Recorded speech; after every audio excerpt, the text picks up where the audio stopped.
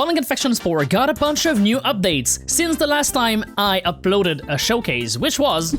So today I'm gonna show you everything new that happened to Fungal Infection Spore. But before we start, we gotta infect this whole area. So, let's go!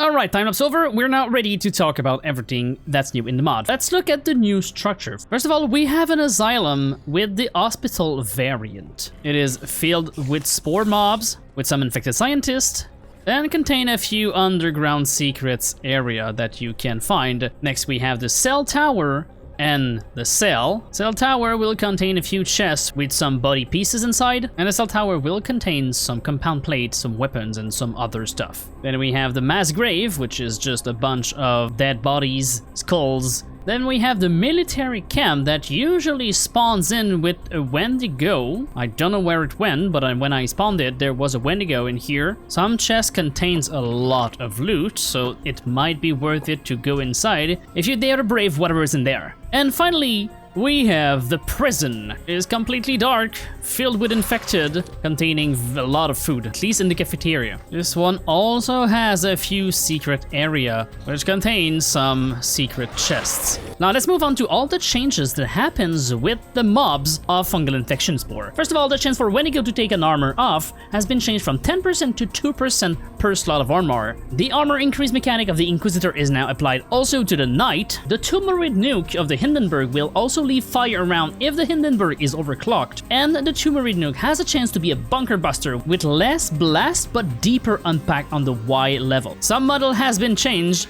The Brute, the Sieger, the Volatile, the Reconstructed Mind, and the Womb now has new models. If you are on hard difficulty, Evolve Mob and higher will have a damage cap equal to 1/3 their HP. The base biomass that an infected give to the womb is now 5 instead of 10, but Evolve Mob now give 10, and Hyper Mobs gives 20. And the Proto Hive Mind, well, the thing inside its bubble of bile, there's also a howitzer here, but the Proto Hive Mind, if we can find it, there we go, inside the structure, now use a neural network. It uses neuron to choose what organoid to spawn for a player or a threat nearby, so it can make the right choice on what exactly function against you or against its threat. When a Proto Hive Mind dies, all the Calamity Mob will receive a signal to go towards the death of the Proto Hive Mind. The Howitzer have a new adaptation called Elephant's Foot. When it eats ore in the ground, it will become irradiated, have more resistance, deal extra damage, and if you have Alex Cave, will also be compatible with the radiation from the mod. The infected can now heal in the bile. There is now a new raid mechanic if you burn a brain remnant.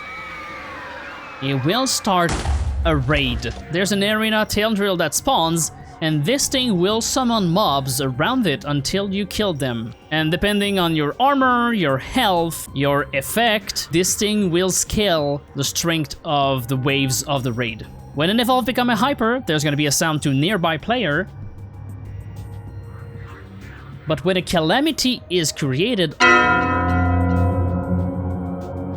or redirected, there's a global sound to any player in the world.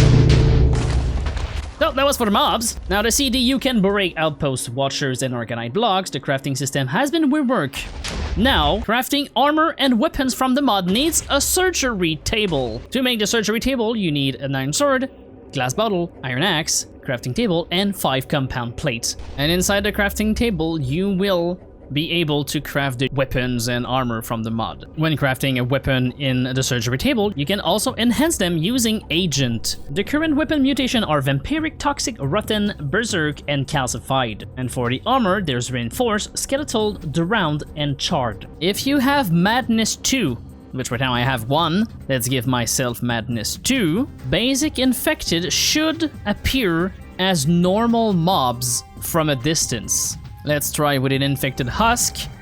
If we go far away, it should look like, there we go. a baby husk. And when you reach level 5, it will also give blindness. Now let's look at all the new mobs from all these updates. And disclaimer, I am not German. I will butcher these names. I am sorry. And first of all, we have the Nuklavi, hopefully. And these are evolved players, so they will have player name like Replay, Belladonna. These are centaur-like creature that acts like a player. They can use bow, flint, and steel, and if they kill a mob with a stronger weapon, they will take the stronger weapon. Then, we have the Hexenmeister, the evolution of the infected evoker. These guys can grab from a distance player or entities like the evolved evoker, but if they get damaged and there's more than 2 creatures around it, they will throw them in the air. When killed, well, they will drop their claw, which, unlike the infected evoker, will walk on its own. And if you kill a Hexenmeister, it will also leave its totem behind. For now, it seems that it doesn't work. You should have 10 seconds to retrieve the Totem of Undying from its body before it revives. Then we have the Axtwerfer. This guy is the hyper version of the infected Vindicator. They will throw their axe, disabling shield, and they have 75% chance to block projectile. When they kill a zombie, a husk, or drown, they will gain a skull on their shoulder, giving them 10% damage resistance. And if they kill a villager, wandering trader, they will gain another skull, giving them another 10% damage reduction. Then we have the Infested Construct. When an Iron Golem dies, it can be possessed by the spore to give an infected construct. The Ogre are the hyper evolution of the Brutes. These guys can eat the player directly in their mouth or hit them with their tail, dealing insane knockback. Then there's the Bloater, which is an evolved drown. And then there's the Scavenger, which is the evolution of the Husk. You can now craft syringes with a bottle and 3 iron nugget to extract sample of the mutations. There's 18 mobs right now you can collect mutation from, and each one of them will give a different effect. It can stack up to 16, and you can either right-click on your weapon or armor, depending on which one it is, like this one has the mutation Vampiric, or you can use it to temporarily boost yourself, like the Vampiric gives regeneration 2, but will also give you Mycelium Infection. There is now a bunch of new food item that is fully compatible with Farmer's Delight, so you can cook your favorite Survivor's Burger inside the cooking pot of Farmer's Delight. There's the Skull Soup, the Decayed Limb, you can make a Heart Pie, which is basically just a cake that you can take pieces from. Hey guys, they found me. You can make Heart Kebab.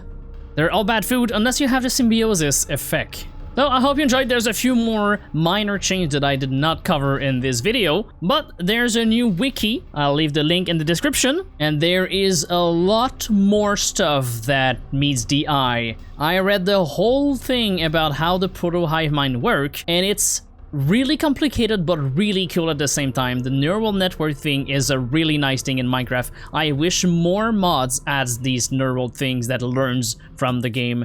So anyway, hope you liked it. Don't forget to subscribe, and I'll see you in the next one. Bye bye!